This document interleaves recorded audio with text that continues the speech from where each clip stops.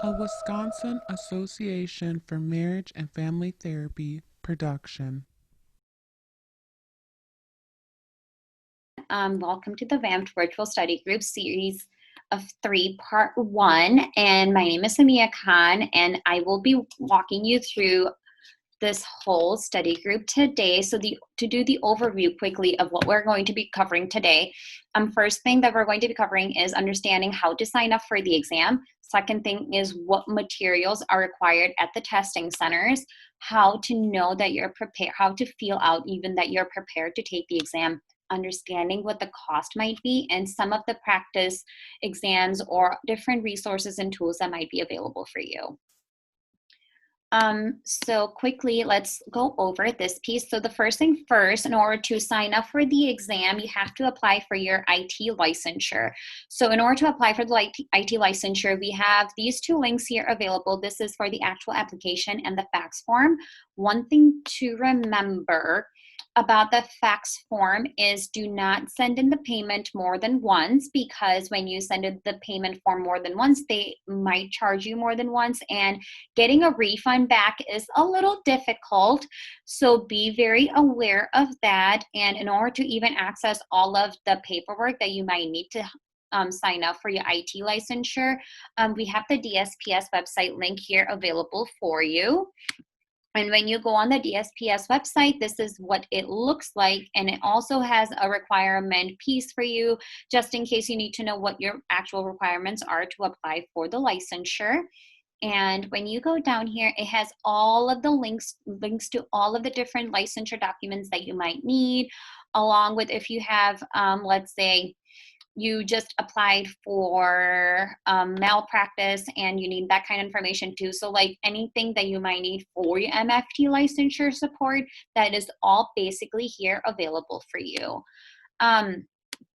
So the next piece that we have to be really aware of and careful with is knowing our own selves and how to even sign up for the exam after we get that from DSPS. So you will receive an email once your IT licensure is approved that will look like this. And this is the link that you need to click on to get to this page that gives you all the information that you need.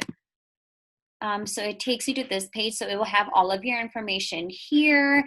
And then the way to sign up for the exam, so they give you this link that you have to copy and paste, and they also give you the approval code that you need to sign up for the exam. So that kind of makes life a lot easier, so you don't have to call them or ask them for the code. That is there for you to access, and you don't have to take it right away. Just know, in order to become fully licensure, you have to take and pass the MFT exam first. And there are different testing sites and time periods available in the area that you can also look up. So here's a link for that if that is something that you would like to know ahead of time. Otherwise, while you are going through the link, after clicking on the link and actually going through the process of starting the application, start applying for it, it will also give you the testing period time within that frame as well. So that way you have different options to pick from. How to apply for accommodations. So here is a link we put together that kind of goes over what kind of accommodations are available.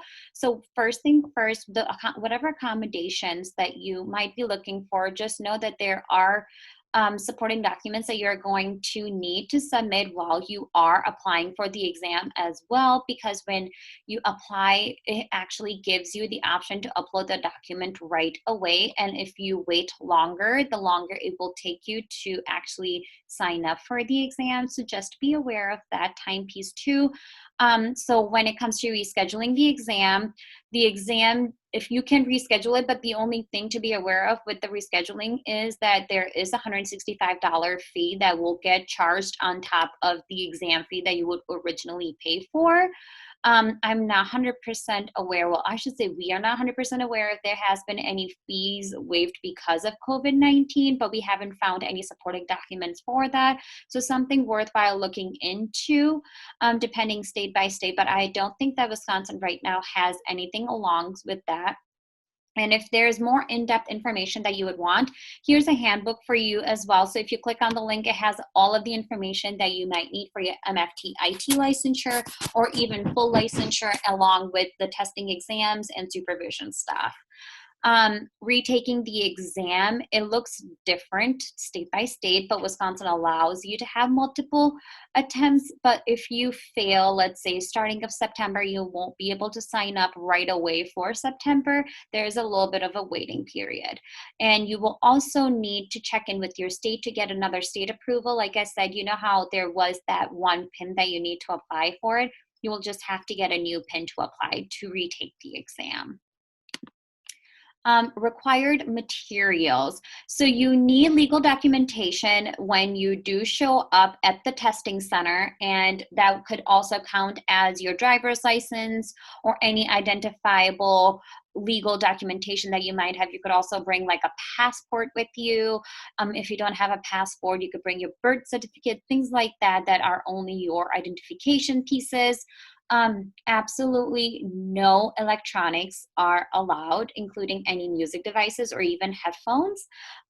But one thing that is allowed to bring with you is earplugs, like those little foamy earplugs. If you get really distracted by loud noises, where there shouldn't be any loud noises, but if that helps you concentrate better, definitely bring that with you, because that is allowed. They do, like some testing sites do have some available, but it's also first come, first serve type of situation. So just know that if that is something that will be more beneficial for you, bring it yourself. If you are taking the paper version of the exam, bring extra pens and pencils for yourself, because if you run out, it might be a little difficult to find some extra ones in the moment. And there is also like a lot of time for you to take the exam, so you don't want to waste any of your extra time that you can even take to review or go back to the questions that you wanted to answer at the end. So most testing centers are very, very cold. So bring an extra sweater or a cardigan or a sweatshirt, something to keep you warm. And if you do bring water with you or anything to drink, it has to be clear liquid, and which can also look different testing center to testing center as well, and state by state. So some of the ways to prepare yourself: first thing first, know that this is something that you've been studying for several years. Like, trust the process. You know most of the information and you have become more and more of an expert of that. So just validate that piece. Know how you study the best, just reading, engaging, or listening, because there's so many different study tools out there available.